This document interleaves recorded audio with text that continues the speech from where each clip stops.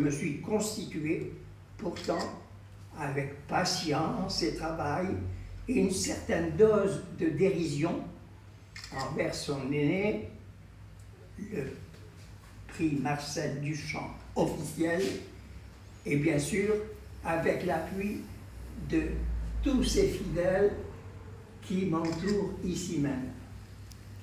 Je n'ai jamais eu l'intention de valoriser ma carrière, soyez-en sûrs, par un prix en chocolat que j'aurais créé moi-même. Cette valorisation que les institutions françaises ont toujours refusée tient à leur peu de conscience et d'intelligence sur le devenir de l'art, à leur manque de recul. Je n'ai nullement besoin de défendre un travail qui se défend tout seul et de lui-même, quels que soient les bouts par lesquels on le prend. C'est donc l'étranger qui l'a reconnu le premier en m'attribuant le grand prix de la Biennale de Sao Paulo, le prix de la communication.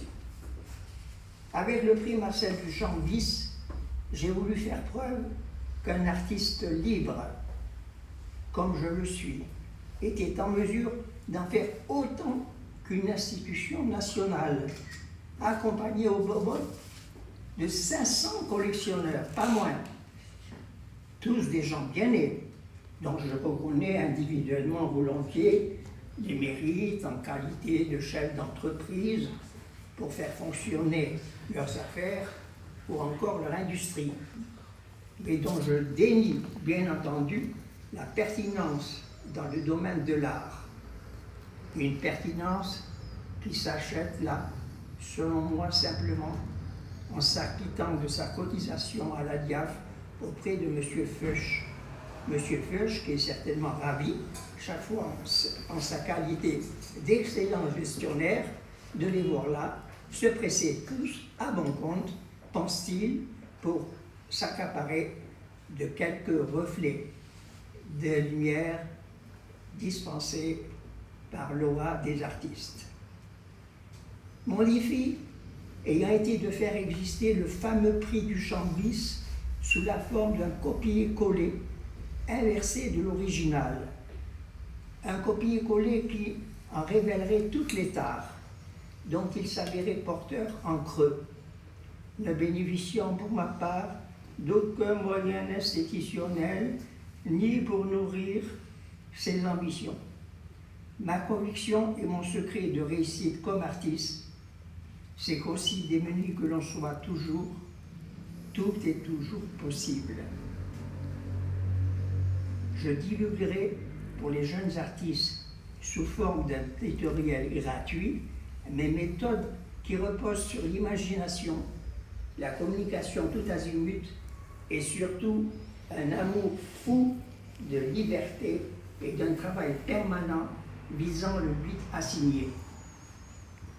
J'ose espérer qu'ils en feront le meilleur usage en se libérant de la tutelle sous laquelle les tiennent les galeries et les institutions de l'art contemporain, et qu'ils exigeront alors d'être présents dans toutes les commissions décisionnaires où ils sont actuellement absents.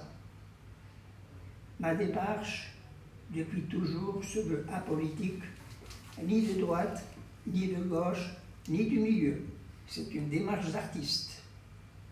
Pour en revenir au prix Marcel Duchamp bis, et pour en terminer, j'en remets désormais ses destinées à celui d'entre vous qui voudra bien le reprendre, les assumer et en faire enfin un vrai modèle et un hommage que Marcel Duchamp serait lui-même en mesure de valider. Voilà ce que j'avais à vous dire. Merci Fred. Alors je reprends le prix Marcel Duchamp pour en faire un Turner Prize bis. Un Turner Prize bis. Ça dit Fred, un Turner Prize bis. Oui. L'année prochaine. D'accord. Très bien. Alors, je réactive le partage d'écran après cet émouvant